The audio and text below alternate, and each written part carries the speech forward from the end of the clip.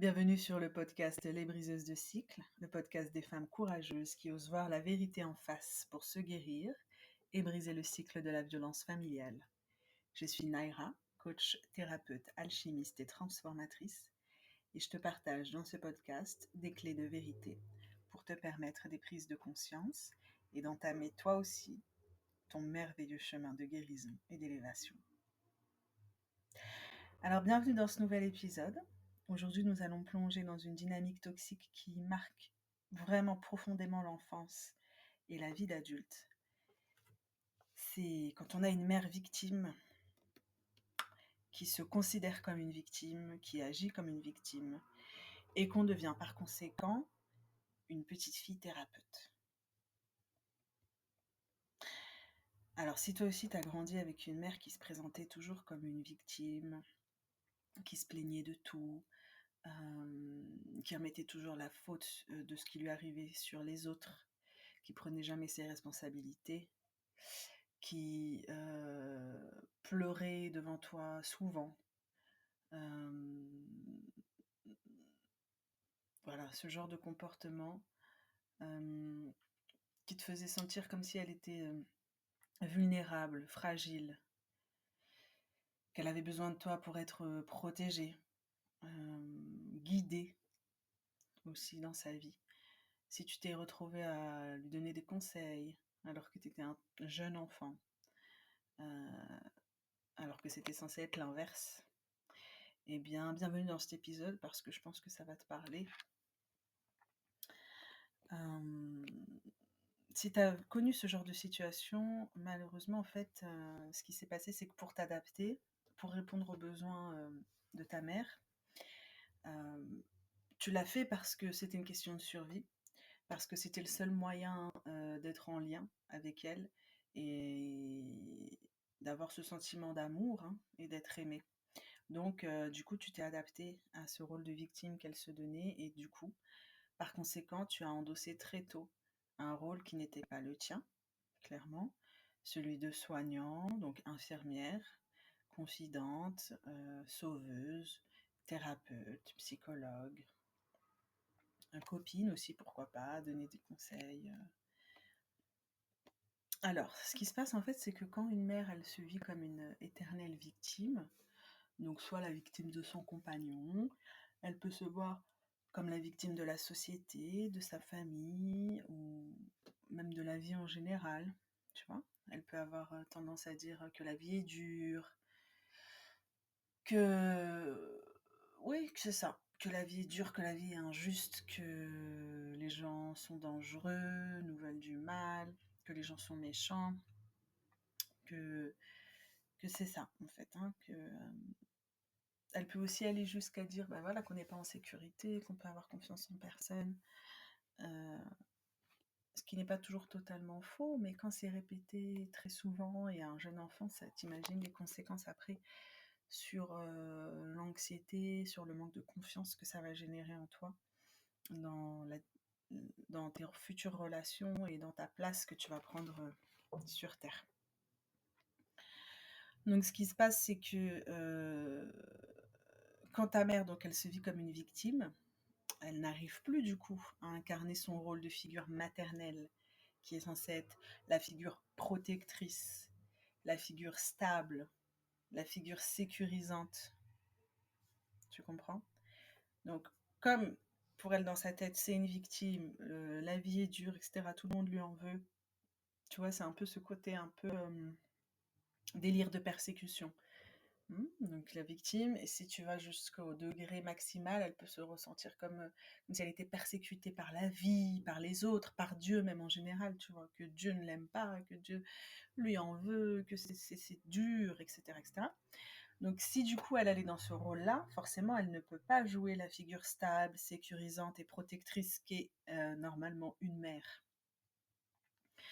Donc ce qui se passe, c'est que naturellement, les rôles s'inversent, et du coup, toi, en tant que petite fille, tu deviens la mère de ta mère, et donc une thérapeute aussi. Tu la consoles quand elle est triste, quand elle va pas bien, tu la rassures, tu l'écoutes raconter ses problèmes, ses misères, tu l'écoutes se plaindre, et du coup tu encaisses sur toi, tu emmagasines sa tristesse, tu emmagasines sa colère. Tu peux même récupérer inconsciemment une partie ou la totalité de sa dépression. Inconsciemment, parce que chaque enfant, le plus grand rêve de chaque enfant, c'est d'aider ses parents, c'est de sauver ses parents. L'enfant, tout tourne autour de lui, tu vois. L'enfant, pour un enfant, il est le centre du monde. Donc tout ce qui se passe autour de lui, dans comment les gens autour de lui se sentent, comment ses proches se sentent, toujours qu'il se soit conscient ou inconscient, ce sera de sa faute ou ce sera grâce à lui, tu vois. C'est bien pour ça d'ailleurs qu'on dit que les enfants de divorcés vont beaucoup culpabiliser parce qu'ils vont s'imaginer que les parents se sont séparés à cause de lui, peut-être parce que tel jour il avait fait telle bêtise, ou que voilà, qu'il était un méchant enfant, tu comprends? Donc du coup, comme l'enfant veut sauver son parent, eh bien ce qui se passe, c'est que spontanément, voilà, il y a un échange des rôles, et, euh, et c'est toi qui deviens sa mère. C'est toi qui deviens la mère de ta mère. Tu la protèges, tu l'encourages, tu la boostes, tu la coaches, tu vois. Tu peux aussi devenir la coach de ta mère. Donc ce phénomène a un nom, ça s'appelle la parentification, quand on devient le parent de son parent.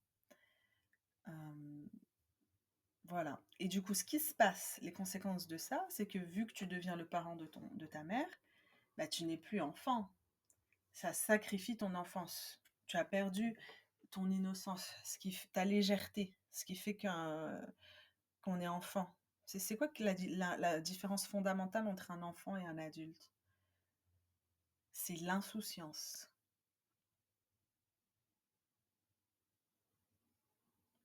C'est pour ça que les enfants ont cette faculté, cette facilité à être dans l'instant présent, parce qu'ils vivent en fait, tout simplement.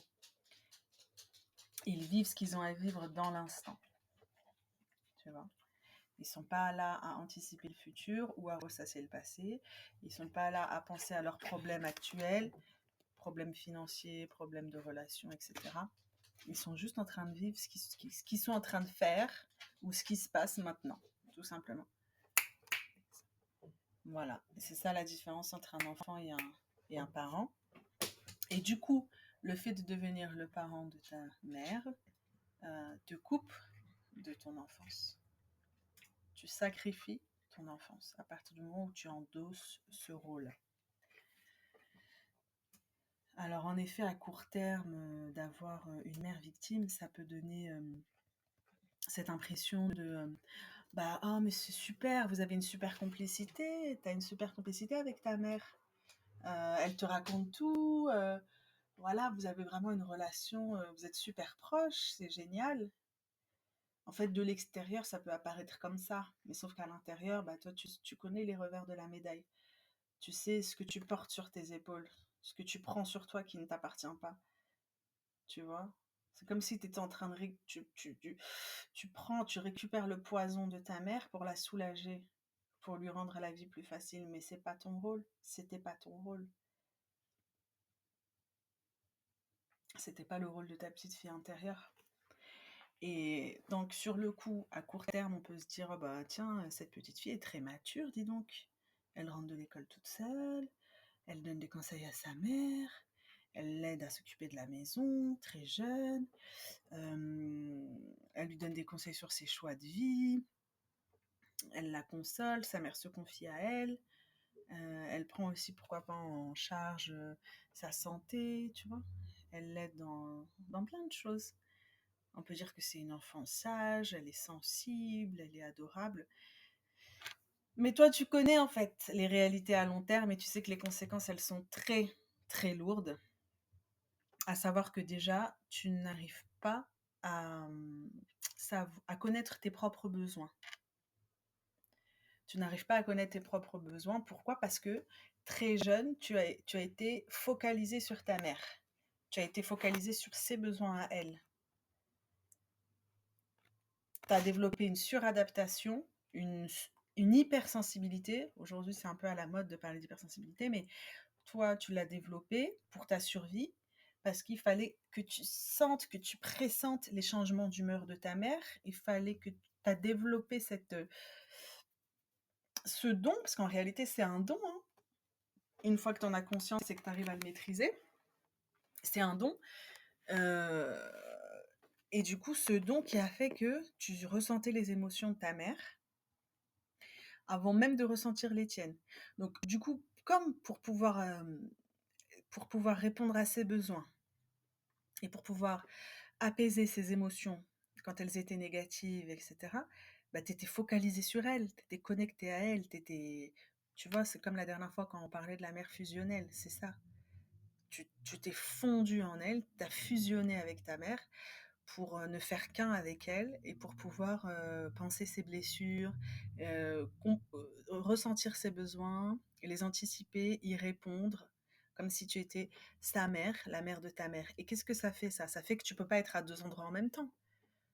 Tu peux pas être focalisé sur ta mère énergétiquement, psychologiquement, émotionnellement, essayer de lui rendre la vie plus facile ou moins dure, essayer voilà, de la consoler, de la sortir de sa déprime, de sa dépression, l'aider à vivre tout simplement en fait. T'étais sa béquille, tu vois. Donc tu peux pas lui donner tout ça, toute cette énergie, toute cette attention, tout ça, tout ça, tout ça, et en même temps être connecté à toi, être à l'écoute de tes besoins, de tes envies, écouter tes émotions. Donc ce qui s'est passé, c'est que comme par survie, hein, par instinct de survie, tu es devenu le thérapeute de ta mère, eh bien tu t'es coupé de toi. Tu t'es coupé de tes émotions, tu t'es coupé de tes besoins. Donc après, c'est tout un travail de se reconnecter à ses besoins. C'est pour ça qu'aujourd'hui, je ne sais pas si tu es encore dans cette phase-là ou pas, tu peux me le dire en commentaire, que j'espère que voilà, tu l'as passé, mais ce qui se passe souvent, c'est qu'on passe une phase, une fois qu'on entre dans l'âge adulte, et qu'on n'a pas encore fait ce travail de guérison, il y a une phase où on ne sait pas ce qu'on veut en fait. On peut changer d'avis toutes les semaines, on peut changer d'avis de métier, on peut changer d'avis de style de vie. J'ai envie d'habiter plutôt en ville ou à la campagne, j'ai envie de faire ce job ou plutôt ce job, j'ai envie de rester en France, partir à l'étranger.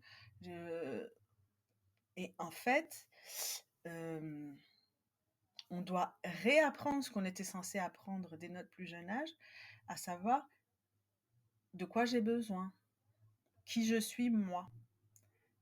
Ça, c'est aussi ce qu'on a parlé la dernière fois avec la mère fusionnelle. C'est l'impossibilité d'être soi, l'identité. Tu peux pas euh, développer ta propre identité, ton identité propre, si tu es en fusion avec ta mère. Eh bien, c'est pareil, c'est dans la même lignée quand tu es l'enfant thérapeute ou l'enfant parentifié, le parent de ta mère.